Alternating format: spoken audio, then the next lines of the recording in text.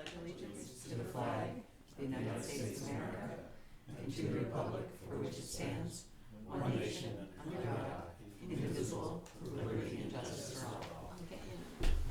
No, they're all like that. No, they're all like that. Oh, they are? Yeah. Welcome to the South Burlington School Board meeting, and we'll start with any comments from the public regarding items that are not on the agenda. Seeing none, we'll move on to any amendments to the agenda, David. We do. We need to amend the agenda by adding 13A, or I'm suggesting 13, which is set the agenda for September 17th. Actually, we thought about leaving it off, but we have a meeting coming up, so we need to figure that out. Okay? Okay. All right, and we'll move on to announcements. So, on announcements, here at this school that we set tomorrow, or no, not tomorrow, I'm rushing the week, Saturday, there's the beginning of the process around installing the new playground. There is some requests for some volunteers to assist. Again, not erecting, but helping out in many ways. So that's happening. That's a really exciting opportunity for folks here at Rick Markoff. The other part is looking into the possible steering committee meetings. So that's also included in your packet as well. And we need to make some decisions about at some point soon around our either the September 15th or the 20th. And we also need to make some decision around the October board meeting, going to October 2nd, which is the Thursday, so we missed and we haven't heard from all board members, so I don't know if we need to get that solidified so we can begin to make plans for you to attend the conference and to move the board members, the board meeting around. So, I don't know if Where do you know where the conference is? It Winooski? it's in Winooski. Yeah. That's the regional one. Yeah. That's the I first. thought it was in Milton. I heard Milton. Yeah, I think it's in Milton. Yeah, I heard Milton. Yeah, okay. Stand It's corrected. usually at Winooski. In the past it's Yeah. been, Yeah. so it's a new location. So Milton, thank you. And if you are planning to attend, can you confirm that through Delina? It sounded like everybody was planning to, but I might have misrepresented that last week. Okay, so we're going to make the change, and we're going to assume everybody's going, unless we hear differently, to the October 2nd meeting at Milton. No. October 1st meeting at Milton, so you can attend the October 2nd school board meeting. Make sense? Got it. And then the 15th and the 20th for steering committee. Is there a reason to have it earlier versus, I mean, they're a month apart here. Kevin's not available for the second meeting in October. Right. And the 15th is something, the city's about to roll out some of their budget information, and the 15th, I think, is one of their first budget meetings. Again, it could work. It's another meeting for you folks, but so is the 20th. I don't know what your pleasure is. I can do the 15th. So Yeah, How's everybody else? 15th. I don't know. Why don't we go ahead and do as many as can make it for the 15th then? okay. Can we? So we used to schedule these sometimes in the hour before our meeting rather than on their meeting night. Well, they're running it this year, so they're in charge. So the chair. Well, that's what we've done, because when we were running it, we would have it before ours. Can we swap? We can certainly ask them, but typically it's been their charge, so they chair it. I can certainly ask for a meeting that we saddle it onto one of ours. Yeah. It's hard, but I'm happy to ask. Everyone prefers the 15th versus the 20th. It sounds like we've got a consensus anyway. Okay, so Even 15. fine. Okay, thank you. And just general announcements. We're continuing to have a positive opening. We're working a few details out on busing, but for the most part, it's going quite smoothly. Making a few changes here and there, but I think we're doing really well so far, and kids seem to be engaged and are doing well. Great. Thanks. Good. I'm seeing that we don't have our student representative here. We'll pass this over, and if she does come, we'll just pick it up when she's here. So we'll move into city-school collaboration. So, we have not had another meeting. I've had a few meetings just with Kevin and Tom around the master planning and visioning, but we haven't had specifically a meeting, Kevin, Pam, Elizabeth and I. We do have some dates now set. I think our first one is coming up September 16th, Yeah. right? 16th, so we'll then begin our monthly, I think that will actually, when we start rounding out the master planning and visioning work, plus the different meetings that we'll be moving forward. But, so that's where we're at with collaboration. That does not mean that collaboration doesn't happen at times that we aren't meeting, because there's a lot going on right now. John and his group, John and Dan and Chris Shaw and Tom Hubbard have been putting in some work, and maybe it's appropriate, a little update on that, John, if you're able to, or? Sure. It's gotta be for the steering committee report to predict capital expenditures for the budget for both the city and the schools. And I've met with the administration there, Tom Hubbard and Sue Dory, yesterday, and have a spreadsheet ready for Dan to review.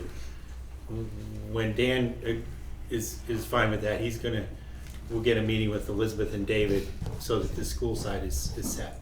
So that's gonna happen in Dan and I meet tomorrow, and then we'll schedule a meeting then. And another example of collaboration is the excavation for the playground outside was done by the city. The city's public works just Thanks. had some excess capacity, and they took care of it. Pretty good. Thanks, John.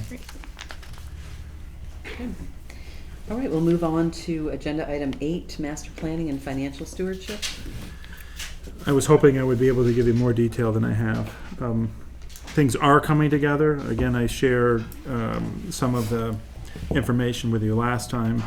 A lot of the work right now rests with solidifying our timeline and plan with the city and some of the things that are happening with the city.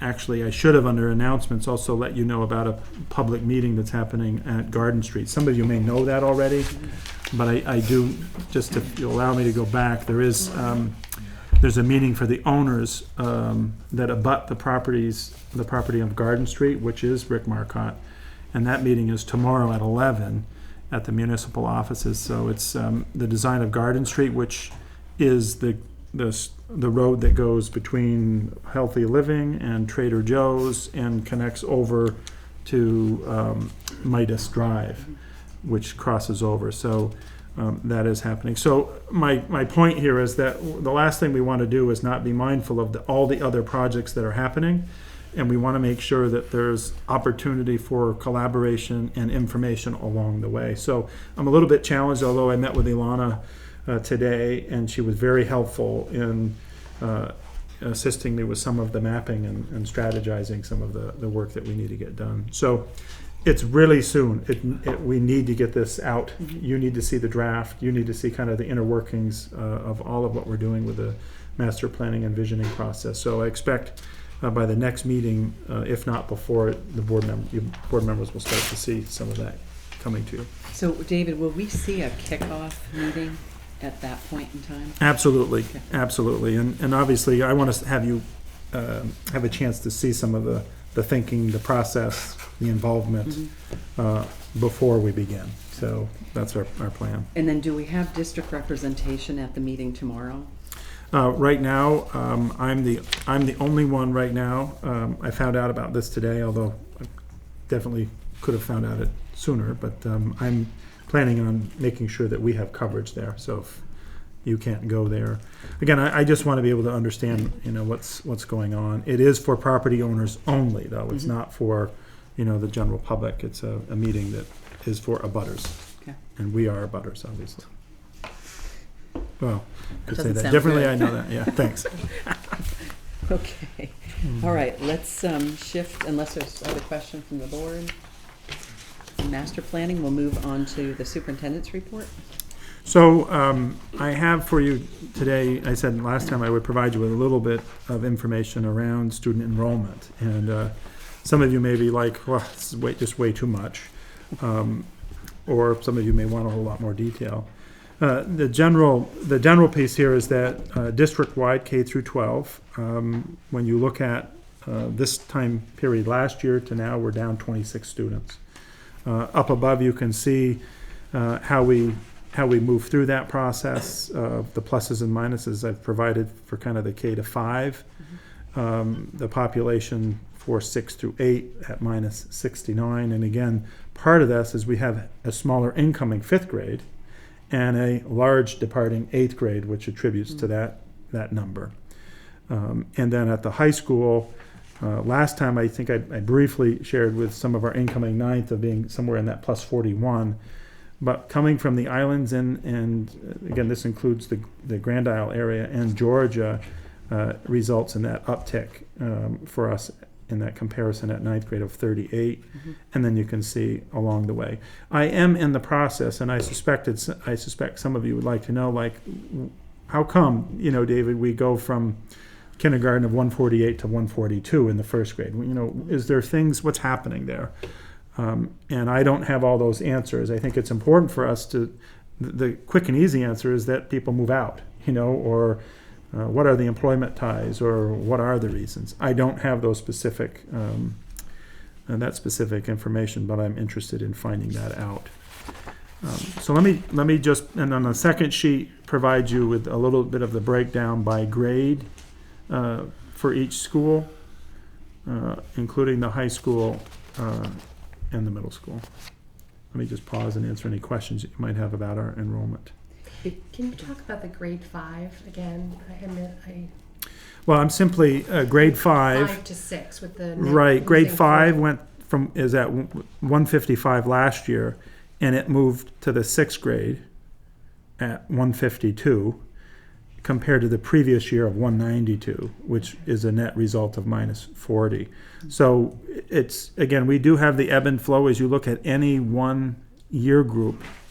You look through our class sizes do vary in any year, K through 12. I'd say it would be helpful if with this report we had the number of teachers in each of those grades and schools. I know there's another report we usually receive where we have that, but I just can't recall.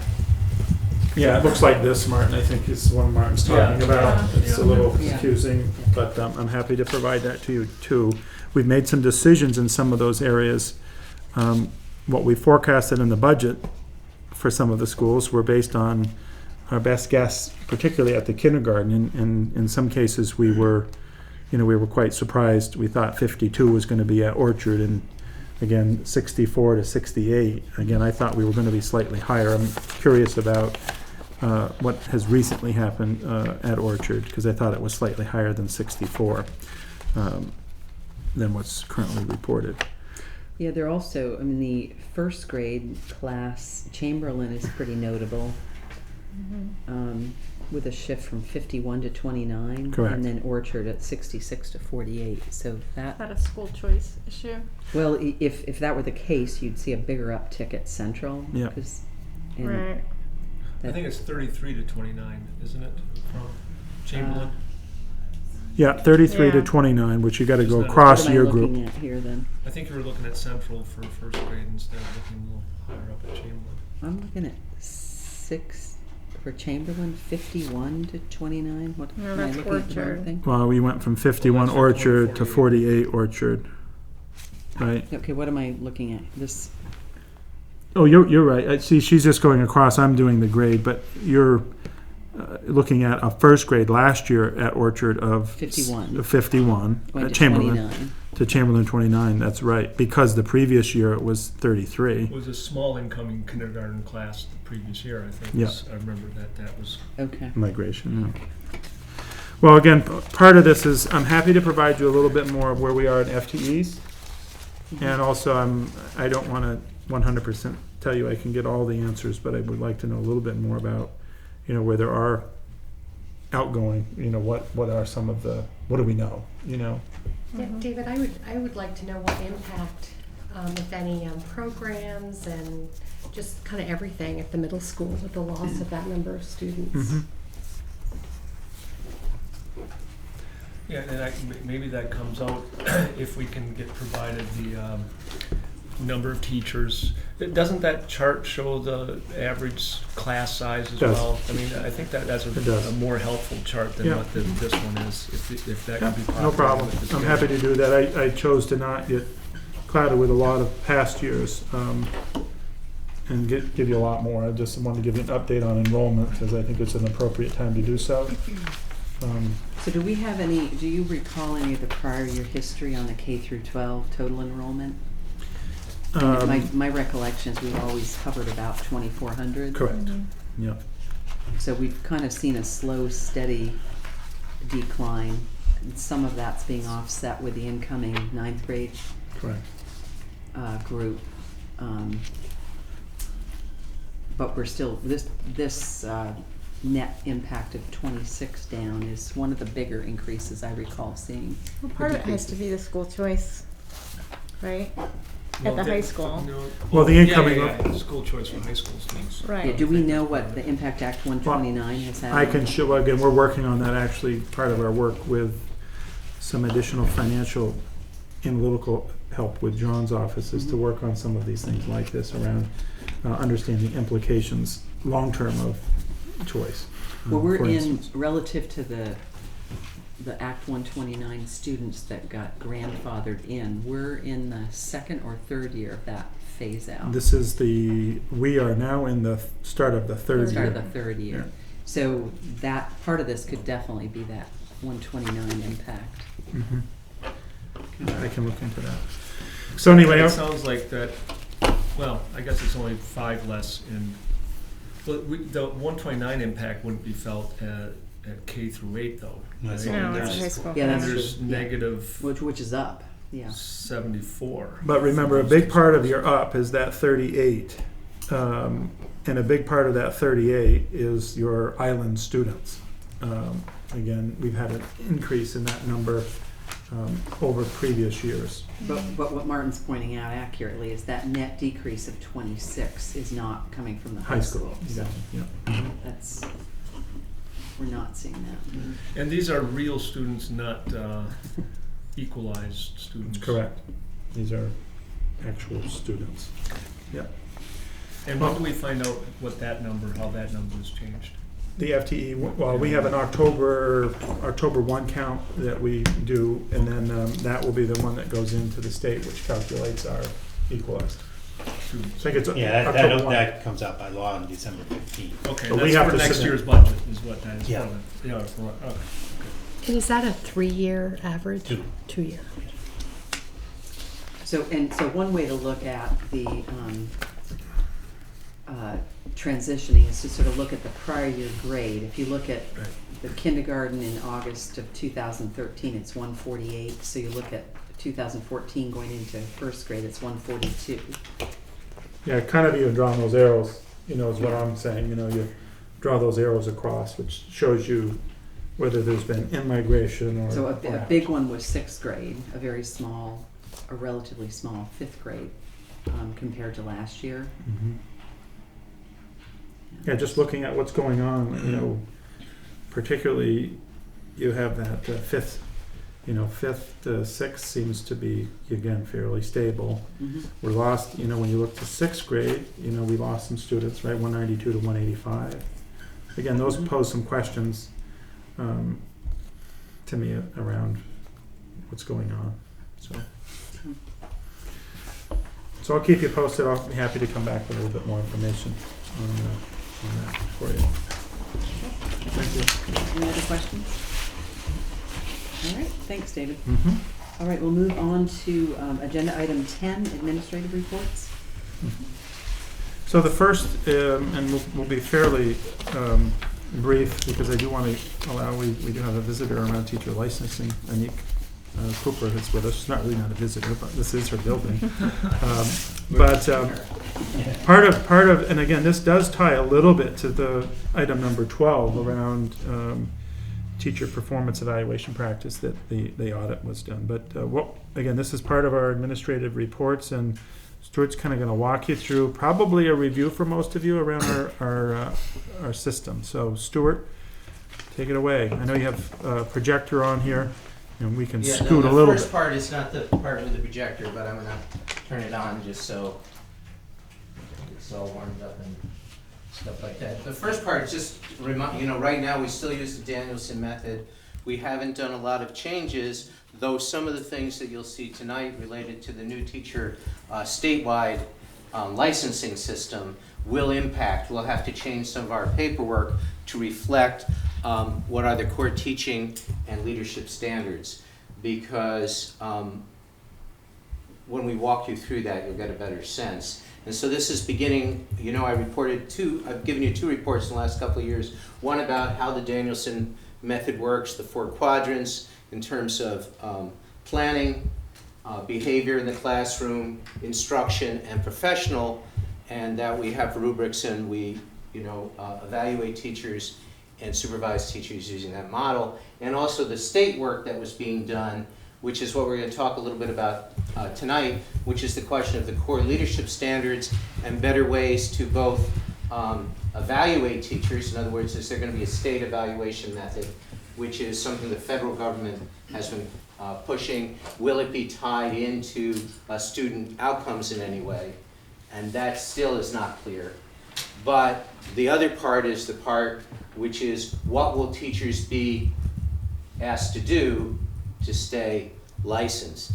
And and Anik can correct me anytime I misspeak, and she'll talk a little bit about it as well, but in the IPI-DIPI that teachers did before, they needed to do SMART goals, but SMART goals are out, and the core teaching standards are in, as that slide says. So teachers never had to do SMART goals for us. They had to do goals about what is it either that their department was working on, their school was working on, or they were personally working on with their principals. SMART goals were part of their professional development plan of their own. So I'm going to start moving through this part of the presentation.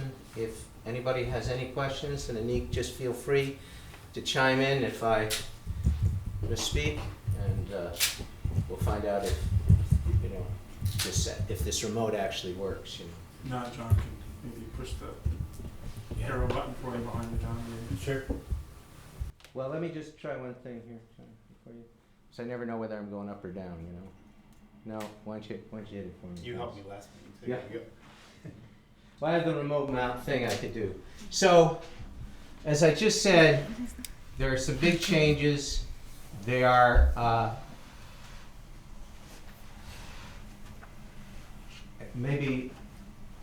they're not IPI-DIPIs anymore, but they are the. Right, so originally, back in 1991, all teachers had to write IPDPs, which was an individual plan. Last year, they changed it to IPLIPs, which was a learning plan instead. There was some changes that were wanting to be met by the Vermont NEA, was one of the big pushes to make the change and to get rid of the IPLIPs and to not have teachers have to go through that and to go through a narrative as well. So they have gotten rid of both of those plans, and they no longer have to do licensure portfolios. Now all they need to do is show what coursework they have taken and do a self-assessment. The self-assessment is not judged by myself. I'm the chairperson of the licensing board here in South Burlington and have been so for a while. And they do not have, I'm not going to judge it. I'm just going to make note that they have completed it, sign off on it, and then it will be done. So that's what I will be doing, and my board as well. So beginning in 2015, all level 2 licenses, they've been 7-year licenses, they'll now be 5-year licenses. So anybody whose license is being renewed before 2015 is still on a 7-year license. And then by 2021, all level 2 licenses will have met that 5-year cycle. And as Anik was just saying, educators will need to complete a self-assessment based on these core teaching standards and progressions, or if they're an administrator, on the core leadership standards. Stuart, let me just pause because we're kind of melding into the 2 components here, Right. licensure and evaluation, but to the board, do you have, I know some of you are more familiar with the Danielson model and the 4 domains, and I wanna be careful that we're kind of moving on to Anik's work now and the presentation, but I wanna just pause and make sure that the board is clear about the evaluation model that we use before we go into then relicensure.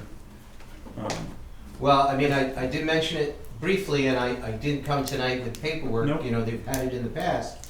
But as I said, right now, we evaluate teachers based on planning, on behavior in the classroom, or classroom management, on instruction, and on professional practice. And when teachers fill out goals for the year, those goals are related to those 4 areas. Before somebody does a formal observation, they do a pre-planning sheet with the administrator.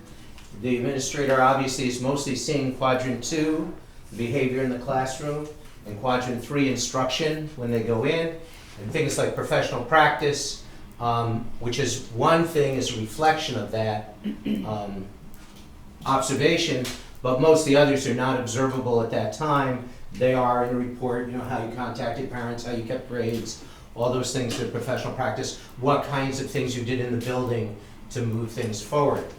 So one of the things that we need to look at now that there are these core teaching standards to meld with whatever model, you know, will be, is what is the learner and the learning, the content, knowledge, and skills, the instructional practice, and the professional responsibility when people make goals, because those are the core teaching standards that the state now says that teachers are responsible for as part of their relicensure and their professional practice. So, you know, under the learning, I don't like to read you slides because I know you can read, though it's very tempting. But if you look under each of those bubbles, you can see that planning and instruction, instructional strategies are still, you know, just as in the Danielson model, you know, our quadrant 3, this is not going to require, you know, large changes. Again, professional learning and ethical practice, content, knowledge, and skills, which right now is in the planning mode under Danielson. You know, some of those things shift a little bit. But when teachers do goals, one of our obligations as a district is to show what their goals are in terms of related to the core teaching standards, and the same will be true when teachers ask to take a course or do workshops. So we do have to change some of our practice, and how to do it holistically is, you know, one of those things that are still a little bit. Stuart, let me Can I pause for yeah, the. Sure. I have a question, maybe this is to you, Anik. If I'm hearing this correctly, this would be a self-assessment on a going forward So basis? according to, and I can send you a copy of what the self-assessment looks like. Mhm. They sent it all to us electronically. And actually, it's a slide coming up. Okay, Okay. great. I knew I was jumping. It's based on that information, yes. So it's teachers looking at and reflecting how they had done over those 4 core standards. But it, would there still be an element of evaluation? Not through the state, Okay. no. That And- comes through the district. That's right. And then my other question to you, and this may be on the relicensure side, is with the modification to the process, would you characterize it as, is it an enhancement to the process? Is it streamlining the process? Is it better? Is it, you know where I'm going? Are you asking me for my own personal opinion? Sure. Of course she is. I've been the chair of the licensing board since 1997, and I've been on the board since probably 94. And I feel that the changes that we made in going to the IPDP and then the IPLIP were good changes. Mhm. And I really felt that we did go to these core standards, but we were still holding teachers accountable of looking over a 7-year span of time of how they're going to grow. Mhm. And I always, although people grumble about doing it when they came to the end of the process, they were actually very excited about, wow, look at how much I've grown over these last 7 years, and this is where I think I need to go in the next 7 years. So it was always a very positive process.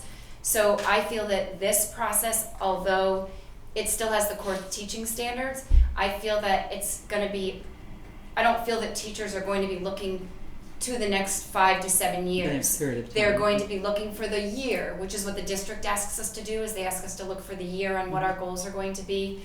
And what the state is doing now is they're compressing all of that and putting more onus on the districts, which is where it was in the beginning before the licensing board happened. So I also want to be clear, Elizabeth, right, there are two practices that have to meld, because part of our practice is we have to give teachers opportunities to do the core standards, but evaluation of teachers, that is within the district, in terms of how well they're doing instruction, that would still be evaluative, right? And you know, an evaluator goes in, watches instruction, which is separate from the licensing board, which is just saying they've accomplished whatever number of credits in these areas. Yeah, and I guess if I step back and, ask the dumb question, it's really, do processes like this add value to our teaching staff and, to our administrative team, and do they make us better as a district? And that's fundamentally, I think the question is, are we enhancing what's in place, or are we adding on things that maybe become distractions? Again, I think Anik appropriately introduced you to the practice of the licensing board. I would like to say that, we'd like to say that that's uniform across the state, but that's not true. There's not again, I've had the opportunity to be part of the local standards board here in the district. I think the struggle has been for other Vermont locations, they can't make that work. Anik, we have representatives two from the high school, 2 from the middle, and 1 from each elementary school. And that has provided great fidelity around and expectations around our professional practice. In some cases, there is a nexus between the relicensing process and evaluation. Some of the goals shared are, in some cases, are the same, and that's really good based on what the individual is seeing that they need to work on from evaluation. There's always been a little demarcation though between that, and we have to be careful around that. But I think I very much agree with Anik in that it was once, way back, a state-only relicensing process, which then became a local process, and that's where we've been at. And now I'm worried that in a little bit that we're melding back into the other, where it won't have that level of rigor and professional practice that connects. And so that's kind of where we are right now, trying to figure out. We have work to do right now to inform all the staff, all the teaching staff, and Anik. Actually, Stuart and I and Karen Dancher. Who else came with us? We had a series.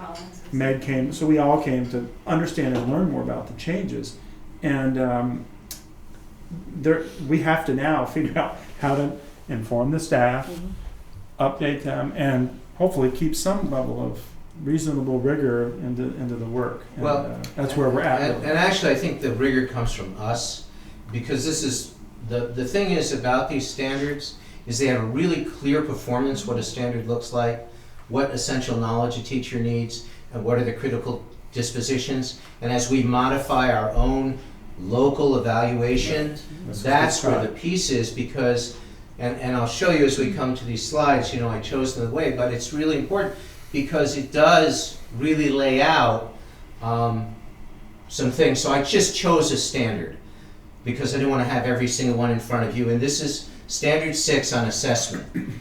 So it says, you can read it, multiple methods of assessment to engage learners in their own growth, guide teachers in learning decision making.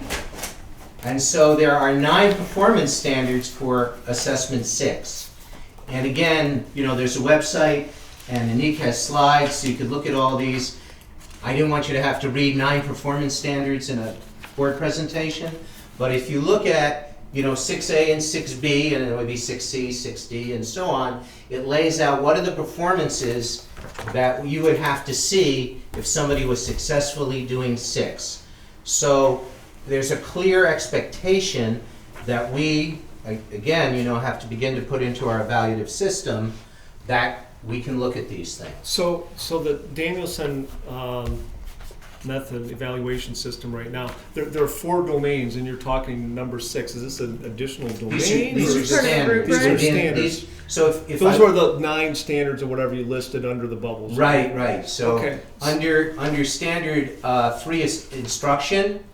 is this piece about assessment. Okay, how you may have answered this, but how radical of a change is this going to be to the rubrics that we have right now and the domains that we?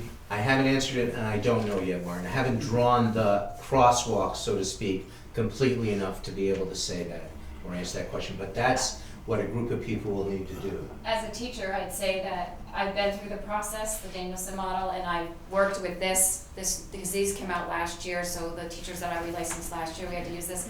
I think they're actually gonna marry together very well. I think these are much more specific in that when you're really looking at assessment with teachers, what are the things that you're looking for a teacher to do, and it's very clearly stated. So it's not just one phrase, oh yeah, if it's in there, you can very clearly say, these are the things that they're doing, but these right here are things that they can actually look into deeper. So I think it's actually gonna give a more in-depth look if the district moves to tie these two together, which it sounds like when I spoke with them, that that's what we're going to try and do.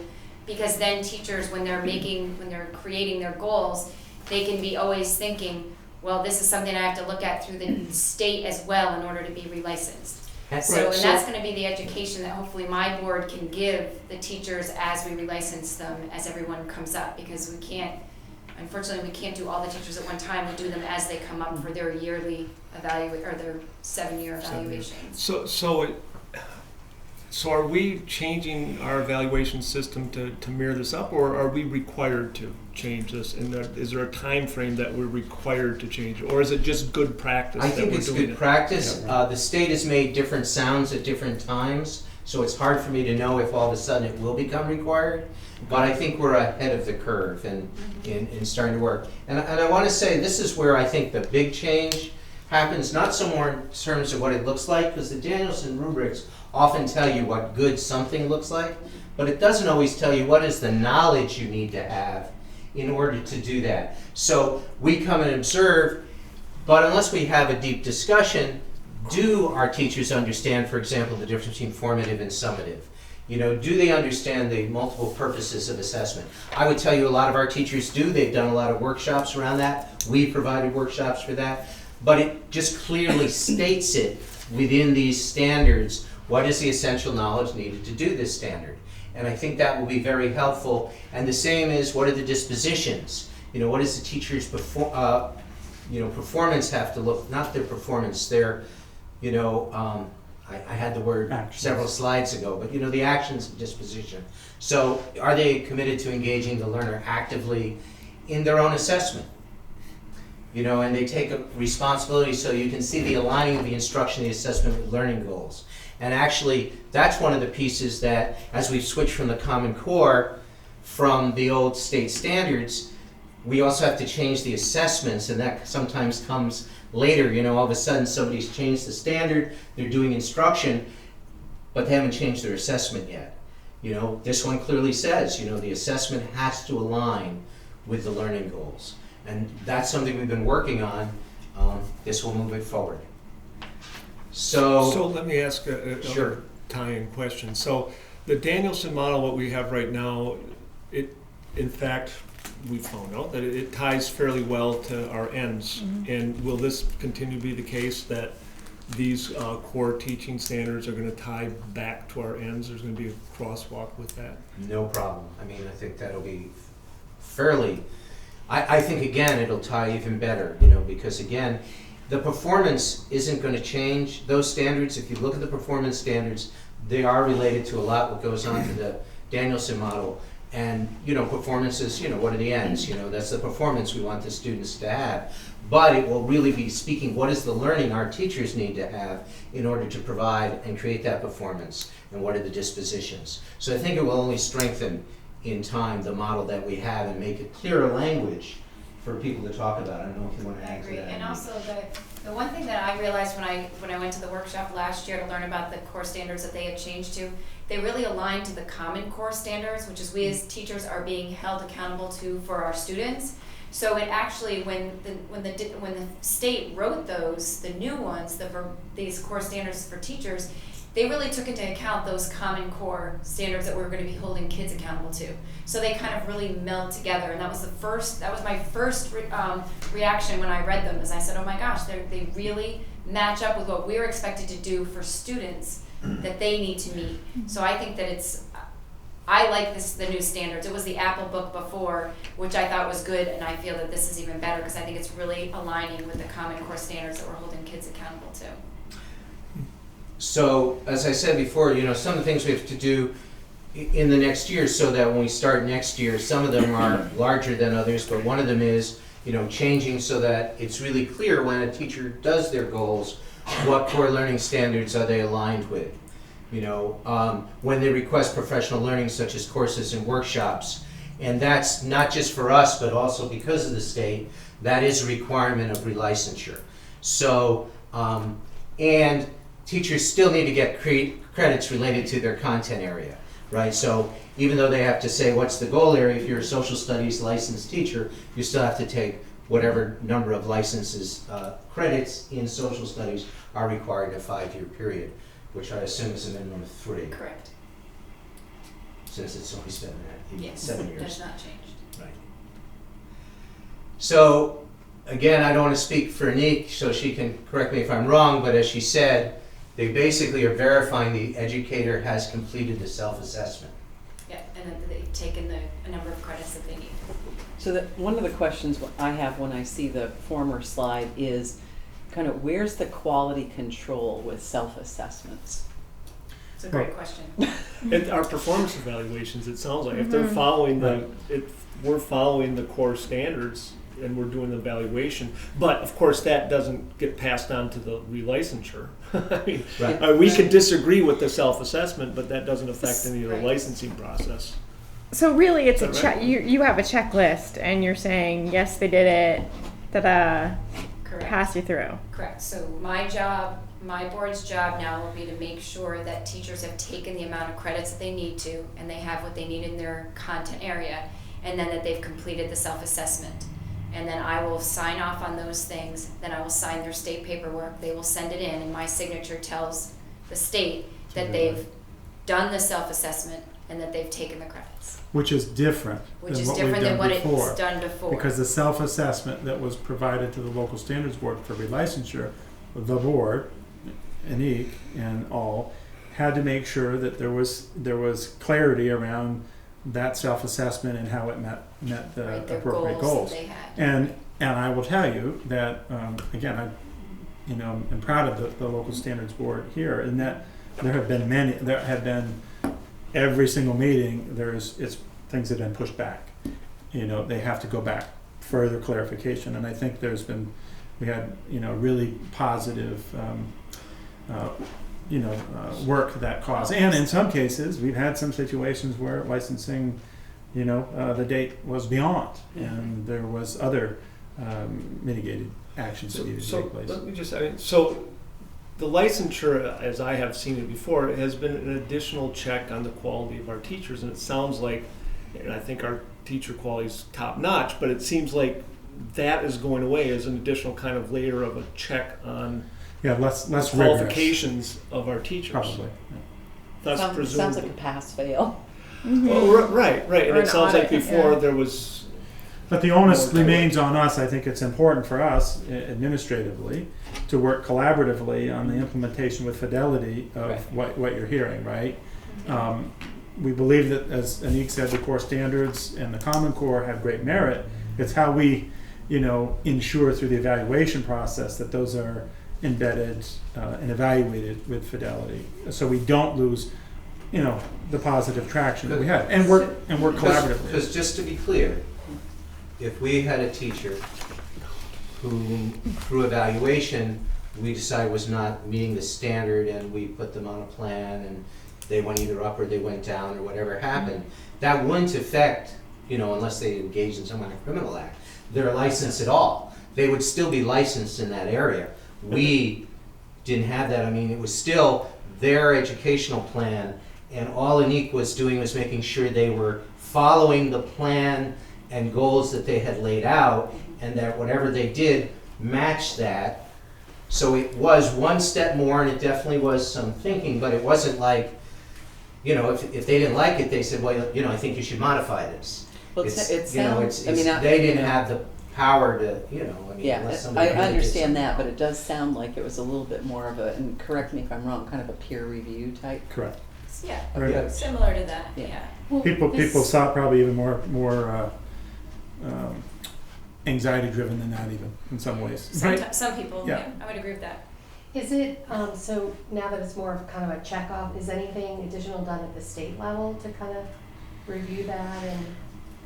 No, I mean, I think, you know, they're They've gotten working a lot to. of pushback. Yeah, they're gonna go more paperless. I mean, we're working through how all of the, kind of the processes need to be provided and what are the check systems that come back. So what besides having to pay a fee and somebody collecting this fee does licensing provide at this point? I mean, yes, you're supposed to, you trust that the teachers are, in fact, are gonna do all those things and have the goals, but if there's no quality check on it, it seems to have lost its value having the license. Right. So all I can say, speaking historically, when I was first a teacher, you basically did 9 credits in 7 years. You took It's whatever additional courses. education. I'm just saying, you took whatever additional education you wanted, Right.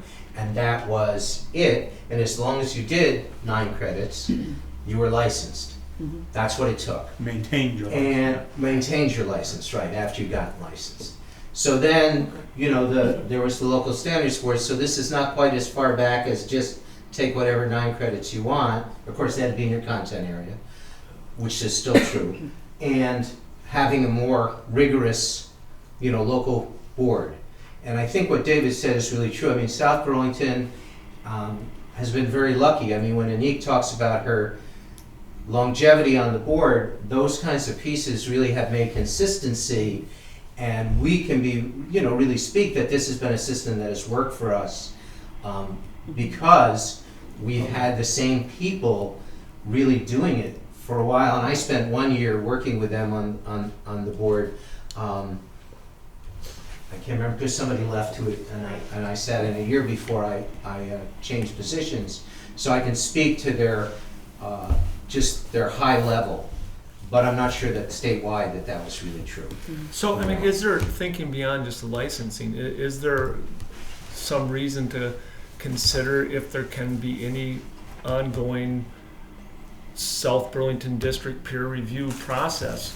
Because it seems, I mean, to be a good process to have that in place. I mean, outside of the concept of licensing, if this is kind of provided that. Well, I mean, I think, remember where the rigor, we had a shared, what I'll say shared rigor between evaluation and local standards board, and we'll say connections. Where we know there's going to be perhaps some void, it's going to be important in our evaluation system to ensure that we continue with best practice in what we know is really important. And we're going to have to figure that out. I also think that likely the state is going to come out, probably not in year 1 or year 2, but some other measure that's going to start to reevaluate, you know, bringing back some level of rigor. We still will have local standards boards. As of right now. And I think, you know, they haven't said goodbye to that, No. right? So I think it would be advantageous for, you know, the Secretary of Education perhaps to reevaluate the utilization of the maintaining and giving more purpose or bringing back some purpose to the local standards board. So. Well, I mean, I guess bottom line is I'm concerned about, you know, what is the value of what we have? And it sounds like there definitely is value.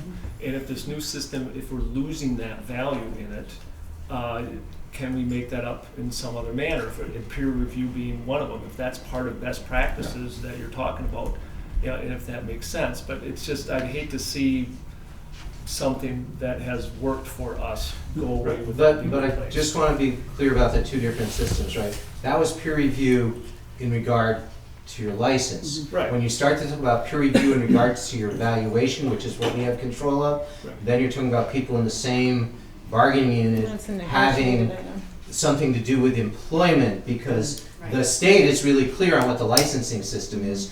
We can't add another layer because we'd be interfering with Well, I think- their I'm licensing. not saying about licensing, I'm just Well- saying losing the value of peer review. So there's for nothing, us. so to your point, Martin, and again, I haven't shared this with Anique, but there's nothing that says that, you know, we couldn't talk to our local standards board and all of our teachers and say, we know the new methodology for relicensing is this, but we think there's great value in doing this. Now, it's likely we would get some questions and whatever, and it may not be in our best interest to approach it that way, but maybe, you know, we really have to see. I mean, things are coming out pretty quick right now, and we're just trying to figure out how to get the information out, and because we have people currently that are up for relicense. We actually, I just saw an email today from the Orchard Group. They've got 7 or 8 right that are up for licensure, and those all start now, and really need to culminate by the time we get to April, really. Yeah. So- Do we have teachers in a gap period now? Yes. That are up for relicensure where we're between systems? Correct. Yeah, and we've identified that as well, as others are going to have to. Yeah. So So- under the old. So Yeah. Anik, from your perspective, and you know, I don't know how much thought you've given it, but if you feel that this is a gap for the district where we've done a good job, you've got enough tenure on the local board, what are the kinds of things you'd want to see the district invest in or preserve that have added value? I think one of the key things, and I spoke with David about this, is the idea of the goals, making sure that teachers' goals that they write yearly are tied to those core standards. Gotcha. Because I think that's really important. That's a really important piece to be able to use that language and understand that language, Mhm. so that when you're going to do the self-assessment, that you have that language internal, and it's what you're doing. And that comes down to your actual school administrator, being able to sit down and talk with them and say, this is my goal, this is where it sets on the common standards, and this is why I'm choosing it. And then showing that next year that you're actually building on or growing from that goal. I think that's really important for teachers, and looking for workshops and courses to add to that, to help your knowledge base. Because there is a lot of knowledge base in teaching, and there's a lot of changes that happen very rapidly, and I think it's important that you stay abreast of that. Good, thank you. And, finally, and again, this is not the best of slides, which is why we'll send you some of these slideshows you read, and there's, website, state has a website. But that's, there are actually several self-assessment tools, that's just one of them. That's what the state's using. That the state is using, that, a teacher would then fill out where they felt they were on this rubric for those 7 goals in the learning. And there's also the ones, these are the self-assessment on leadership goals. And because again, educators who are administrators, they're in the same general system. They have their own licensing board. There's a Chittenden County-wide licensing board that does our licensing. And Lissa sits on that for us, and she hasn't actually, she's not the chair of the board, so she hasn't had the same level of training. Anik is going to be meeting with her licensing people to talk about, the changes, and when Lissa goes to her next meeting, so she'll be bringing it back to us. But there are, and this is, a change for leadership as well, because there weren't clearly articulated leadership standards before, and there are, under this as well, so that our goals also will have to be related, people who are in administration, to, set goals. And again, those goals, while I didn't elaborate them here, they have that same thing about what performance, what knowledge and skills do you need, what dispositions, to work collaboratively and develop and implement a shared vision, mission, and goals, for example, the first one. Is the self-assessment shared with the building administrator? The one that they do for me. Yeah. It's It likely to could- be shared I with think the. it could be, but I don't know. Again, that's a So Nika would likely sticky be shared with situation. their local standards board rep, right? Because generally what happens is they'll turn their information in Right. to their building-based rep, which then will bring to actually Anik and the group have used technology and post up information, which allows people to pre-read, but coming together, would likely have that information from that teacher. But that doesn't mean, that could easily be part of, a system in which you showed your self-evaluation to your administrator relating to your, employment evaluation and what evidence you have. Because just the same way you do goals now, you need to provide evidence that you attain those goals. Right. And so now the goals will be more directly, tied into both this, the ends, and other pieces, because again, 2003 is the last time we've updated most of that pieces, and we're already looking at that paperwork in terms of ends, in terms of Common Core, in terms of changing language. So the evidence that you provide the goals, is part of our system. And, those are the directions we're going, and that will need to be really in place by next fall. So let me just say, again, I know Anik, thanks for coming. Anik has been, and the local standards board has been, really instrumental, her leadership on the, that's why she's here. She said, hey, I'm happy to come. But, as a classroom teacher, and I think the continuity that we've had with Anik's leadership and all of the building reps actually has been fairly consistent. It has not been an easy process. 240 some odd teachers on a cyclic basis every 7 years. Some have been off step and have multiple licenses which come due and have all kind of systems of keeping those in play. I really feel proud of the work. And our office certainly works hand in hand. Meg Collins, who is a big part of that, as well as Delina, but we work and appreciate the collaborative work that has happened, and we know that will continue. So, Oh, absolutely. anyway. Yes. Martin, I do want to just address, because I really see your concern. This right now is all in draft form, and they're expected to be accepted by the state standards board in the legislature in probably January. But I did just get an email yesterday where I can send it to anyone I want to, for you to look at the process and give your feedback on what you think about it. I'm more than happy to forward that email to you if you wish to give your feedback on what you think about the way that this process is being changed. It's very clear. There's a lot of lingo that is education jargon that you kind of have to sift through, but it's pretty straightforward of some of what I've been talking to, and I'm more than happy to share any other information with you as well. But I'm more than happy to send the core standards to you, the new Mountain book that has all the standards that are clearly stated, so that you can see what it's going to be looking like. So It might be great that that maybe you can forward it to me, and I'll put it out Sure. to the whole board, and you can again, part of this the learning as we go along. And I think the agency needs to receive some feedback, as do legislators, as does the School Boards Association around our practice. So I think it'd be useful. Yes. Yeah, but our board is very lucky to have an administration that does support what we do, so it's very helpful. Meg and Delina are our right and left hand, so it actually is very helpful. And not to, I don't want to just be part of the mutual compliment society, but it really is because Anik keeps such accurate and complete records over the years. This is all going to go online. That's the other piece we didn't really talk about tonight, but we'll be working with all our teachers because they'll all have to be doing this online. This won't be paper formats anymore. So that's a whole nother piece of training that's going to be happening, that we'll be working first with Anik, but with Steve and Kristen, and so that our teachers, because that's how Anik will now know, whether people are doing the things that they need. Right, the state's whole system is going up online as of February 1st, most likely. Like, everything will be coming through that way. Right. So we have to register our teachers so that they're all up there. Yeah, it's just that, bottom line, my concern is that we have a great group of teachers, and if this is one of the facets, one of the things that has helped us do that, I'd hate to see it, get weakened, so. Great. Thank you. Thank you, You're Anik. welcome. Yes, Stuart. All right, we'll move on to agenda item 11. So we're on to 2.2, and last week when we met, I thought I could pull some things together for you. Unfortunately, I'm not quite there.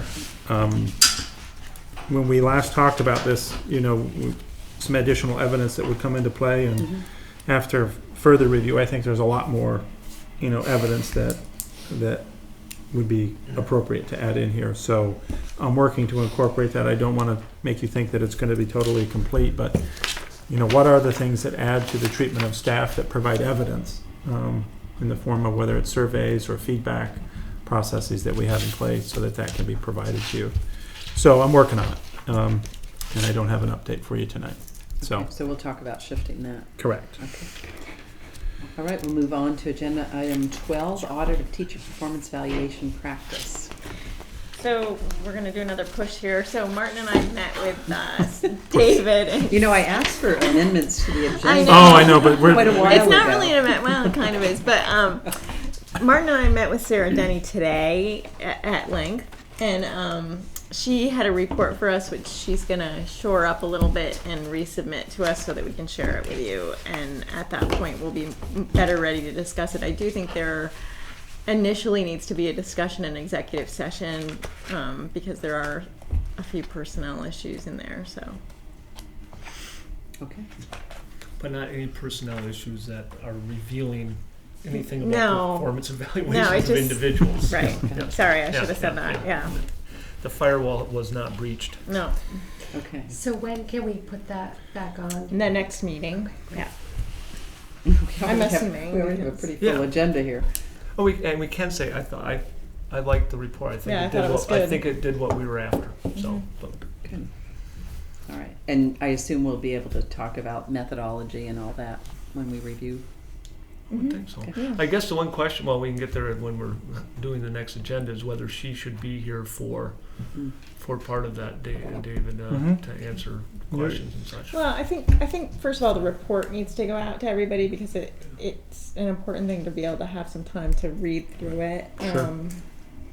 So you said you're gonna And that send out could a probably corrected happen version? soon. She was going to do Do it it later pretty quickly, today. yeah, she was So So I'll make note of that. I'll send it out to all the board members. You'll have the opportunity to, and it will be on the agenda. And we can talk about whether or not you'd like to have her perhaps in the audience for a share. I think that was like, I don't know which discussion, but Mhm. one of our discussions way back, that was part of it, is to Mhm. have a presentation to the full Mhm. board, so. Well, I guess We the should question think would about be to Martin and Julie, would it be better to have the board review the report and have a brief discussion at the next meeting and then have her come and present? Or, I don't think she needs to present. okay, Okay. It's in the report. Okay. It's a matter of whether she's there to answer Okay, so questions that that would we be- didn't think of, which is very Okay. possible, because it's 14-page report, but it's dense. okay. There's a lot of information there. All right, so we'll talk about that on the next meeting. All right, so we'll move on to agenda item 13, the VSBA's resolution, funding for innovative schools, within schools. Yeah, and you have the proposed resolution, actually not the exact language, but kind of the summary of what was presented to the resolution committee. They also had the actual resolution that we had passed a couple meetings ago.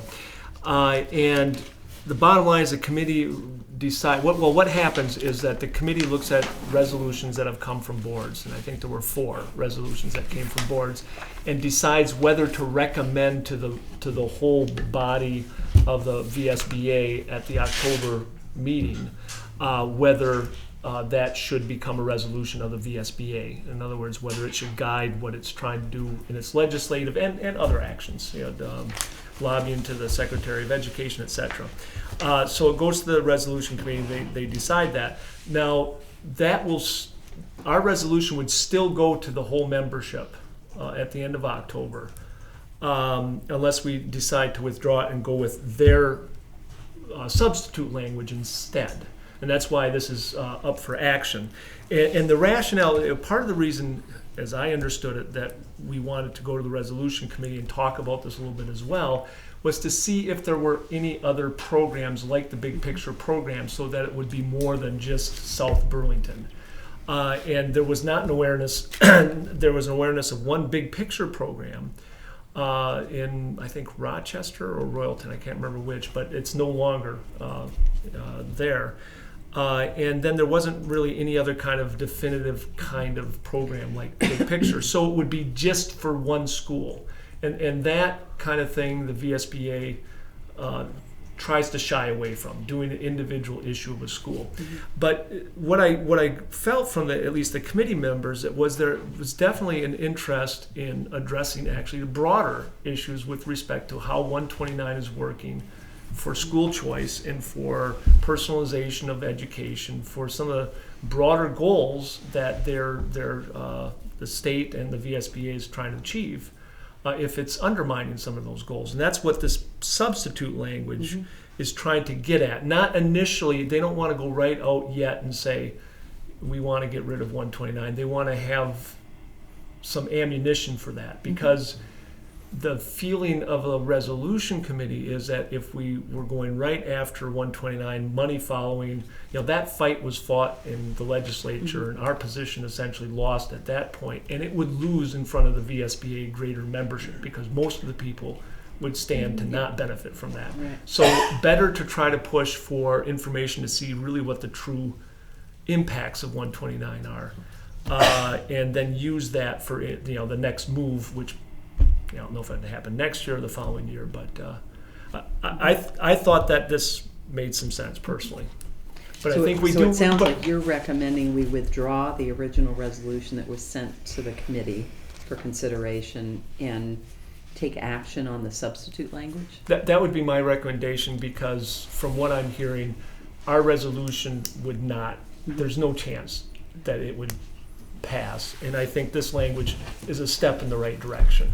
So Martin, you commented on the study to look into the 129 effects, but you didn't say anything that I heard, at least on the second, the after the and, the further recommends. Oh, yeah, that was the other aspect of this. And the aspect with that is to look at something like a big picture program, or at least encourage a situation where a program like Big Picture could be hosted in some place like South Burlington, but is actually a program among surrounding schools. And there could be other programs like that. There could be music program, Asian studies program. This is collaboration to innovative educational programs, as opposed to just collaboration on some other front of existing consolidated. Yeah, I think Something special. Yeah, this is more focused on that. Okay. It's not, if I recall somewhere, I don't think I have all the resolutions. I mean, this is just one of a whole host of resolutions that have been passed over the past number of years by the VSBA, which are essentially positions that they advocate for. And they advocate for that already. This is to kind of look at more special Okay, so this situations. would augment, this would extend Correct. that to some extent. That's Okay. correct. So Martin, what the possible substitute language, where does this go? So is it, where are you substituting it? Well, that's substituting what our resolution is. Okay. So it would that replace, would be basically it would replace the be it resolved paragraph, or? Correct. Well, it would. I don't know how much None of they this would stuff really. would- Well, the background and stuff doesn't really go into the VSB resolutions. It's just to explain to the membership why this resolution is being proposed. And I think the explanation will, in part, come from the resolution committee, and it goes beyond just what we are experiencing with the big picture program. And the reason it's an action is that since we already voted on this one to go forward, we would need to vote on this modification. Are there any other questions? So do we have a motion to approve Martin's recommendation that we withdraw the original proposed resolution and substitute the language as indicated on the bottom? So moved. I'll second that. Any other discussion? All in favor? All right. Aye. Aye. Okay, motion passes. Thank you, Martin. All right, great, thanks. So you'll do the rewrite, or how do you want it? We don't have to do anything, I just need to inform VSBA VSBA that we agreed with their Possible. with the substitute Okay. language. It will be substitute language. Okay, we'll move on to the agenda 13A, the September 17th meeting agenda. It's in your packet. I had 3 items that we kind of talked about here. An update on the enrollment update. Do you think you'll have that available? I will have to see. I would like to give you a little bit more information, but likely I can't give you probably all the migration information. I'll give you a general view, and I can give you the breakdown by FTE teacher. So yes. So you'll put that where you Yep. want. I had the 2.2 treatment of staff. Mm-hmm. You need to add the teacher performance audit. And John had some items here.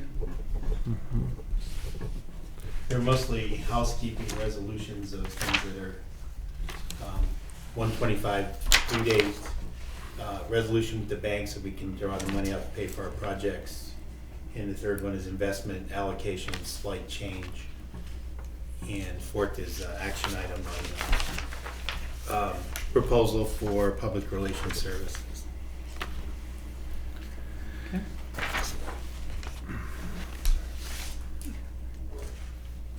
So, performance evaluation, enrollment update, master planning, 2.2. That's a lot. You have feedback process and fundraising on here now. Yeah, and part that some of our work around treatment of staff will tie into that actually. Can we So, take feedback well, process off, or? I don't know. Let me kind of probably that might be wise. We're loading this agenda, so why don't we remove that and put it onto the next one? Move it to October. Is master planning a 15-minute item? Because Well, you're going to get information ahead of time. Mhm. So again, I want to make sure we're headed on the right path. You know, a lot of you will have the opportunity to see it ahead. And actually, based on this, we will We're gonna have a have one. steering committee meeting Correct. 2 days prior. oh right, Yeah. okay.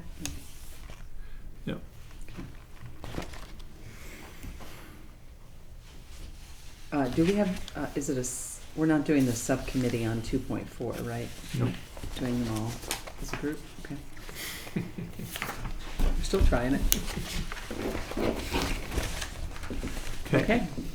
So, unless there's anything else, we'll move on to future agenda items. If I could just clarify, with respect to the educational quality standards, all those listed there, in my mind, I was thinking actually those would each be separately presented, because I don't want them to get short shrift. I mean, I would like a full understanding of what flexible pathways are.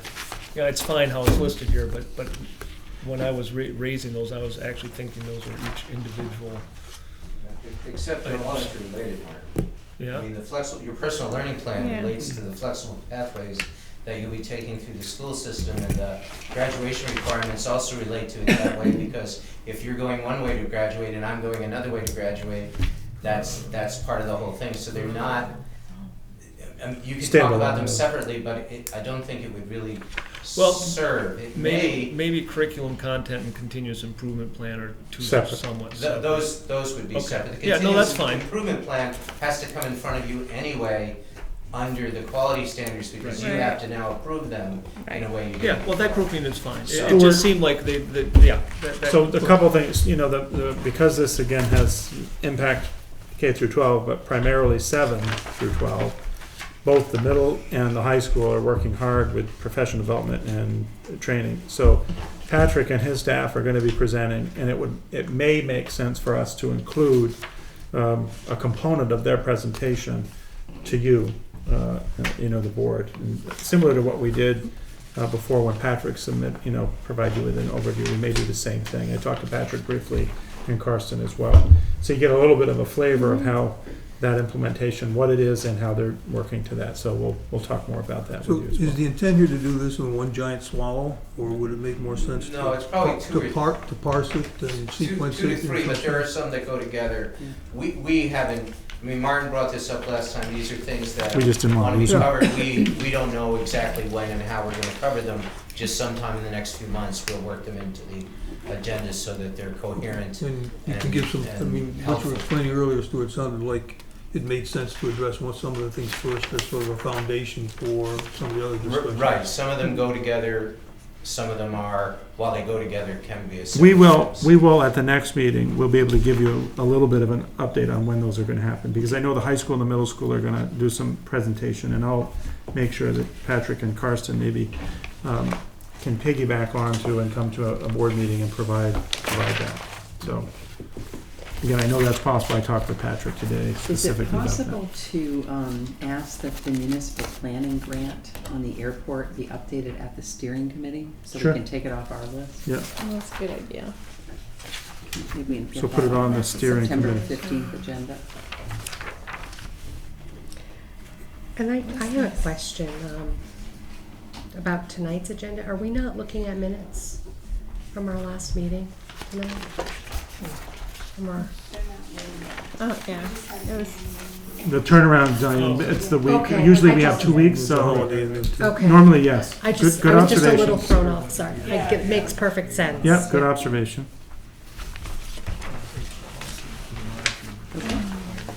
All right, so we'll move to accounts payable orders 9 and turning points 85. Any questions or comments on those? Okay. Seeing none, any other business, Stephen? Nope, I think we're good. John, did I miss anything? Storm? Don't know, that's on. All right, I'll take a motion to adjourn. second. All in favor? Aye. We are adjourned.